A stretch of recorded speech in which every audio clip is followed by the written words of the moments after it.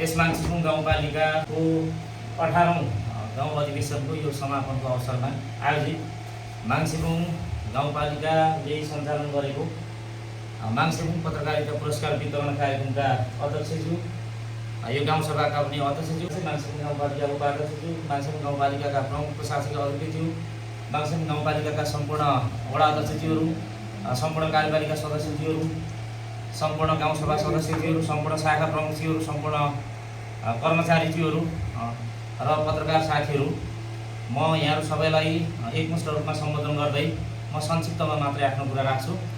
सर्वप्रथम माङसिबुङ गाउँपालिकाले यसै वर्षदेखि सुरुवात गरेको यो माङसिबुङ पत्रकारिता पुरस्कार 2083 यो पहिलो पटक आज वितरण भएको छ र पहिलो पटक यसलाई ग्रहण गर्ने मैले अवसर प्राप्त गरेको छु।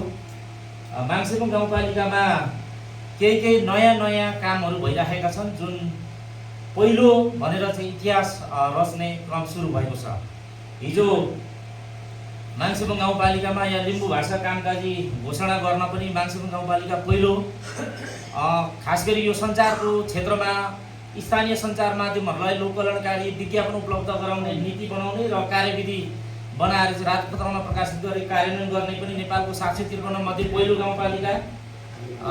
त्यसै गरी स्थानीय सञ्चार माध्यमहरूलाई चाहिँ नीति तथा कार्यक्रममै समावेश गरेर प्रवर्धन गर्ने पनि पहिलो गाउँपालिका। त्यसै गरी सञ्चार क्षेत्रलाई नै प्रवर्धन गर्ने हिसाबले खास गरी माङसिबुङ गाउँपालिकाको विकास र समृद्धिका लागि सञ्चार क्षेत्रबाट योगदान गराउने पत्रकारलाई पुरस्कृत गर्ने गरेको माङसिबुङ पत्रकारिता पुरस्कार कार्यविधि 2083 पारित गरी यो पुरस्कार वितरण गर्ने पनि पहिलो गाउँपालिका माङसिबुङ बनेको छ।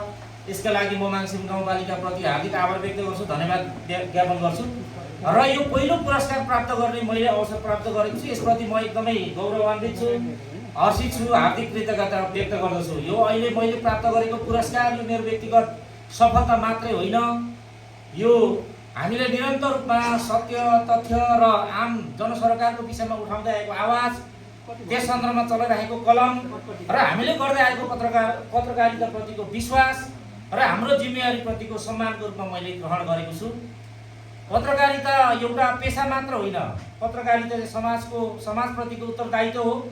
त्यसकारणले हामीले त्यही समाजप्रतिको उत्तरदायित्वको ग्रहण गर्दै निरन्तर रूपमा सत्य, तथ्य र जनपक्षीय रूपमा कलम चलाउँदै आएका छौँ र त्यही प्रयास स्वरूप अहिले यो 19 वर्षको अवधिमा हामी यहाँ आइपुग्दाखेरि जुन आज यो नयाँ अवसर प्राप्त भएको छ, यसले चाहिँ हामी आगामी दिनमा पनि हाम्रो माङसिबुङ गाउँपालिकालाई समृद्ध बनाउने, विकास र समृद्धिको पक्षमा निरन्तर अगाडि बढाउने सन्दर्भमा समग्र सिङ्गो पत्रकारिता क्षेत्रबाट हामीले योगदान गर्नुपर्दछ र यसलाई निरन्तरता दिनुपर्दछ।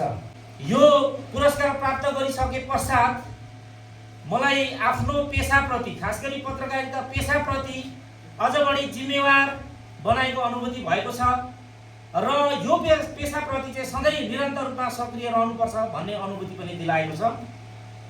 हामीले पत्रकारिता गर्ने सन्दर्भमा समाजलाई हेर्छौँ, हाम्रो समुदायलाई हेर्छौँ र समाज र समुदायको वस्तुस्थितिलाई तथ्यपरक ढङ्गबाट हामी बाहिर निकाल्छौँ र यसै सन्दर्भमा यो स्थानीय सरकार गठन भइसके पश्चात स्थानीय सरकारले सञ्चालन गरेका विभिन्न गतिविधि, त्यसले समुदायमा पारेको प्रभाव, सेवाग्राहीमा पारेको प्रभाव, सेवाग्राहीहरूको सेवा प्रदायिकाप्रतिको धारणा, यी सबैलाई समेटेर चाहिँ हामीले निरन्तर रूपमा पत्रकारिताको माध्यमबाट निरन्तर हामीले वकालत गऱ्यौँ, बहस गऱ्यौँ, पैरवी गऱ्यौँ र खबरदारी पनि गरेका छौँ।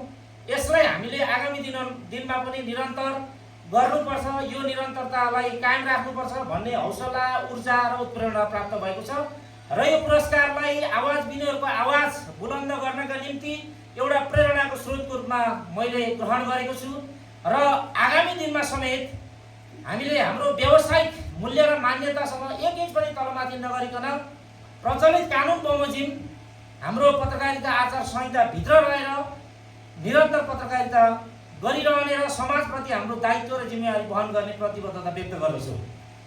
यो सँगसँगै अलिकति मैले यो पत्रकारिता पुरस्कार र पत्रकारिता गर्ने सन्दर्भमा थोरै जोड्छु प्रसङ्ग। मैले दुईवटा कारणले गर्दाखेरि यहाँ पत्रकारिता अहिले पनि गरिराखेको छु।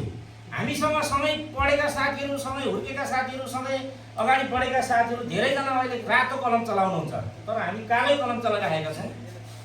यसमा चाहिँ मैले किन चाहिँ यसैमा निरन्तरता दिइरहेको छु भन्दाखेरि दुईटा कुरा। एउटा कुरा चाहिँ जो हाम्रो समाजमा एउटा गलत भाषा स्थापित भएको छ, पत्रकार भनेको चाहिँ केही गर्न नसकेका मान्छे पत्रकार हुने भन्ने जुन गलत भाष्य थियो, मैले पत्रकारिता सिक्दै गर्दाखेरि मेरो मनमा त्यसले एकदम नराम्ररी छोएको थियो।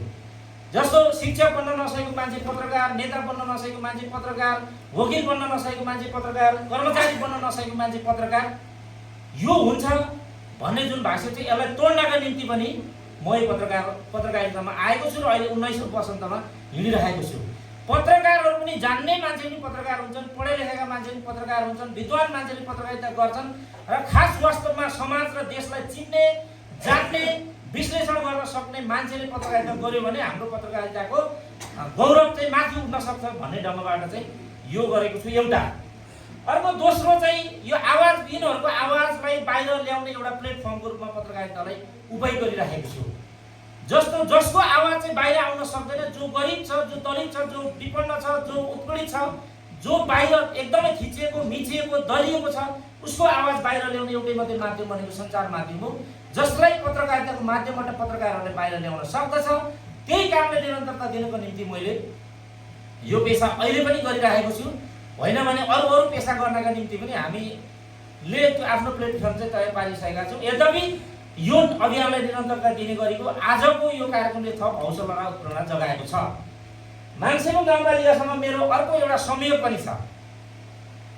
त्यो संयोग भनेको चाहिँ हिजो यहाँ 74 सालमा स्थानीय तह पुनर्संरचना गर्दाखेरि मान्छेको गाउँपालिकाको नाम राख्ने, मान्छेको गाउँपालिकाको सीमाङ्कन गर्ने, वडाको सीमाङ्कन गर्ने सन्दर्भमा त्यो सीमाङ्कन गर्ने एउटा समितिभित्र बसेर काम गर्ने मैले अवसर पाएको थिएँ तत्कालीन जिल्ला विकास समितिमा हुँदाखेरि।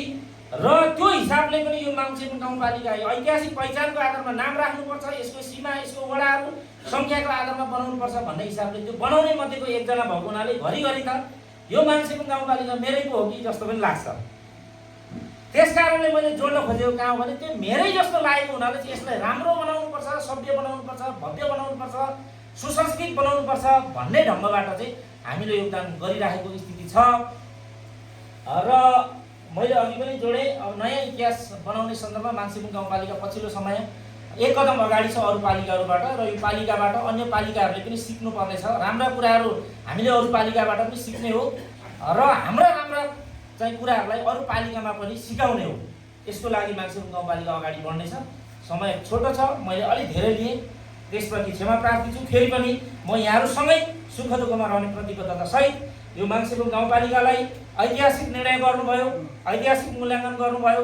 यो हामीले कुनै न कुनै हिसाबले पत्रकारिताको माध्यमबाट मान्छेको गाउँपालिकालाई सानो थोरै भए पनि योगदान गरिएको हो कि भन्ने यस्तो अनुभूति भएको छ।